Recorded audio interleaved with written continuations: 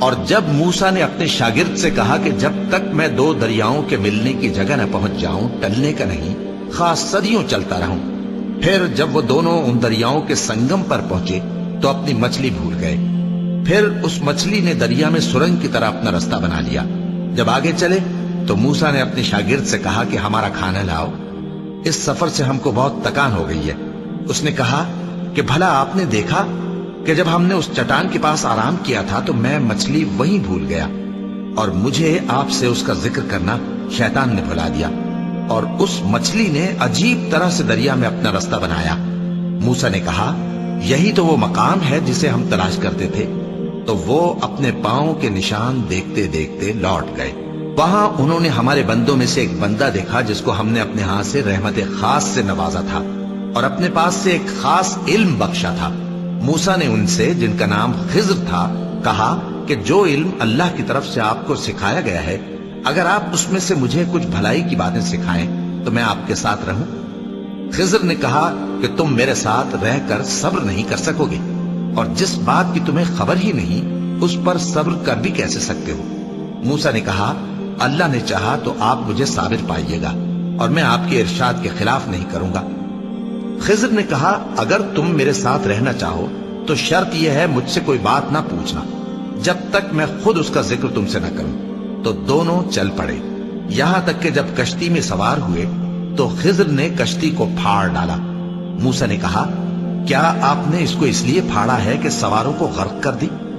یہ تو آپ نے بڑی عجیب بات کی۔ خضر نے کہا کیا میں نے نہیں کہا تھا کہ تم میرے ساتھ صبر نہ کر سکو گے؟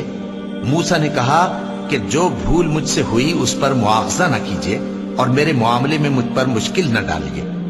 پھر دونوں چلے، یہاں تک کہ رستے میں ایک لڑکا ملا تو خضر نے اسے مار ڈالا۔ موسیٰ نے کہا کہ آپ نے ایک بے گناہ شخص کو ناحق بغیر قصاص کے مار ڈالا، یہ تو آپ نے بری بات کی۔ خضر نے کہا کیا میں نے نہیں کہا تھا کہ تم سے میرے ساتھ صبر نہیں ہو سکے گا؟ انہوں نے کہا کہ اگر میں اس کے بعد پھر کوئی بات پوچھوں یعنی اعتراض کروں تو مجھے اپنے ساتھ نہ رکھیے گا کہ آپ میری طرف سے عذر کے قبول کرنے میں حد کو پہنچ گئے ہیں۔ پھر دونوں چلے، یہاں تک کہ گاؤں والوں کے پاس پہنچے اور ان سے کھانا طلب کیا۔ انہوں نے ان کی ضیافت کرنے سے انکار کیا۔ پھر انہوں نے وہاں ایک دیوار دیکھی جو گرا چاہتی تھی تو خضر نے اس کو سیدھا کر دیا۔ موسیٰ نے کہا کہ اگر آپ چاہتے تو ان سے اس کا معاوضہ لے لیتے تاکہ کھانے کا کام چلتا۔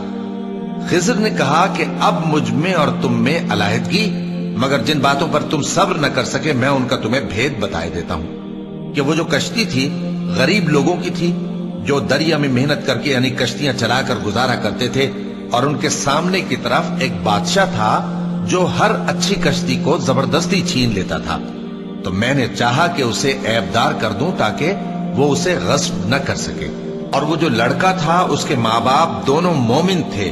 ہمیں اندیشہ ہوا کہ وہ بڑا ہو کر بد کردار ہوگا تو کہیں ان کو سرکشی اور کفر میں نہ پھنسا دے، تو ہم نے چاہا کہ ان کا پروردگار اس کی جگہ ان کو اور بچہ عطا فرمائے جو اخلاقی پاکیزگی میں بہتر اور محبت میں زیادہ قریب ہو۔ اور وہ جو دیوار تھی سو 2 یتیم لڑکوں کی تھی جو شہر میں رہتے تھے، اور اس کے نیچے ان کا خزانہ دفن تھا، اور ان کا باپ ایک نیک آدمی تھا۔